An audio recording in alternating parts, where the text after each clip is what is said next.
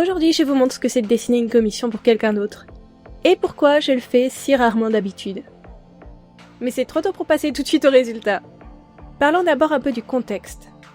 Cette commission vient d'un follower de longue date. Et elle a été proposée dans le cadre de ma dernière campagne Ulule en tant que contrepartie. J'ai reçu ces références pour me guider dans mon dessin.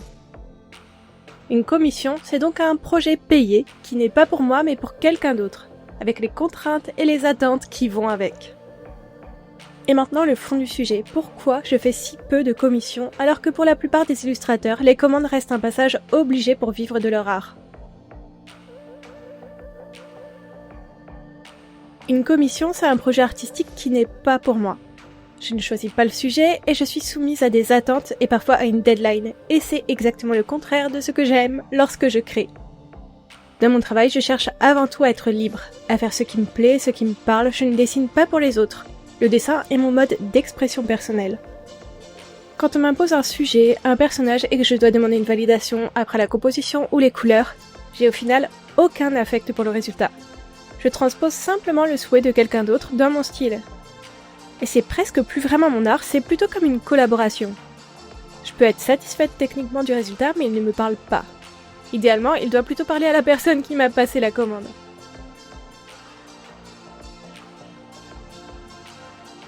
Il y a aussi une forte pression à dessiner pour les autres. Une pression qui peut enlever presque tout le plaisir de créer.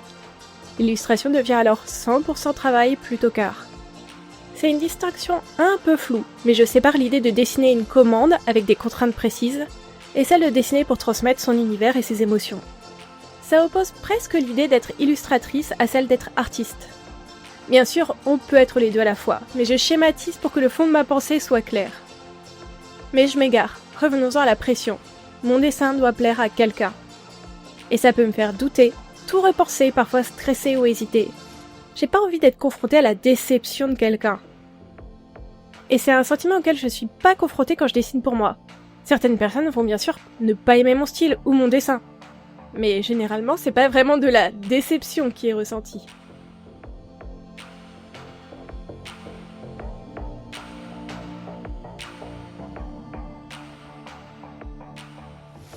Pourtant, dessiner pour quelqu'un, ça peut aussi être un moyen de rendre à quelqu'un le soutien qu'il m'apporte.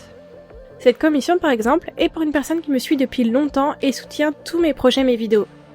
Forcément, ça transforme cette commande en autre chose qu'une simple contrainte. Dessiner, c'est aussi vouloir faire plaisir, et faire plaisir à des proches ou à des personnes qui nous soutiennent, ça reste plaisant. C'est une parenthèse dans mon propre travail que je m'autorise à faire de temps en temps. Mais pour que ça ait du sens, j'ai besoin de travailler pour une personne avec un grand P. En gros, quelqu'un de présent, assidu, qui aime vraiment mon travail et qui est touché par mon univers.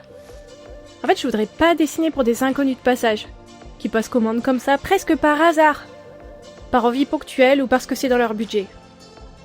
Surtout qu'on n'aborde pas souvent ce concept, mais le temps est précieux et limité. Un artiste ne peut produire qu'un certain nombre d'œuvres dans toute sa vie. On n'est pas des machines, on ne peut pas être aussi productif qu'une IA. Dessiner pour quelqu'un, c'est retirer du temps à notre propre création. C'est se priver de certaines œuvres personnelles qui ne verront donc peut-être jamais le jour.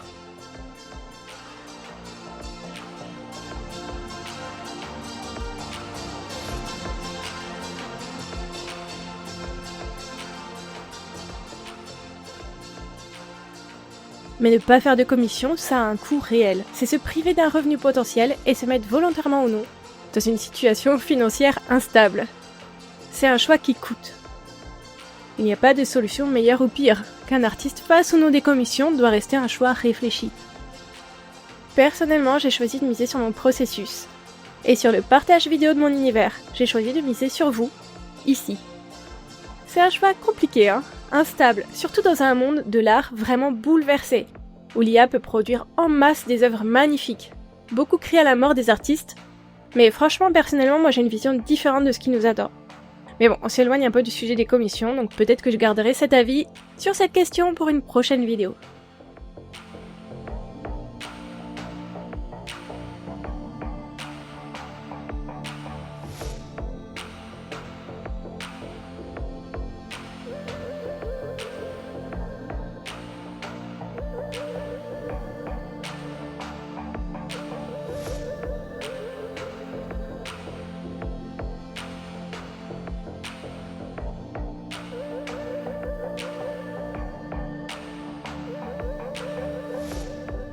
Au final, le dessin que vous voyez n'est pas le fruit du hasard, c'est un compromis. Un choix conscient entre mon temps, ma vision et le fait de créer pour quelqu'un d'autre. Chaque ligne, chaque couleur, chaque détail a été pensé dans ce cadre précis. Alors en regardant ce dessin, qu'est-ce que vous ressentez? Est-ce que vous y voyez mon univers, mon travail? Est-ce que ça fait une différence pour vous par rapport à mes créations personnelles? Et si c'était à vous de me passer commande, qu'est-ce que vous m'auriez demandé?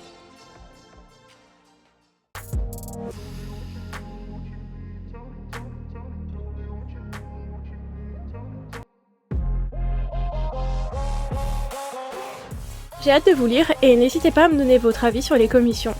Je pense que c'est un sujet hyper complexe et hyper intéressant, peut-être qu'on pourra en reparler un jour. En attendant, je vous dis à bientôt!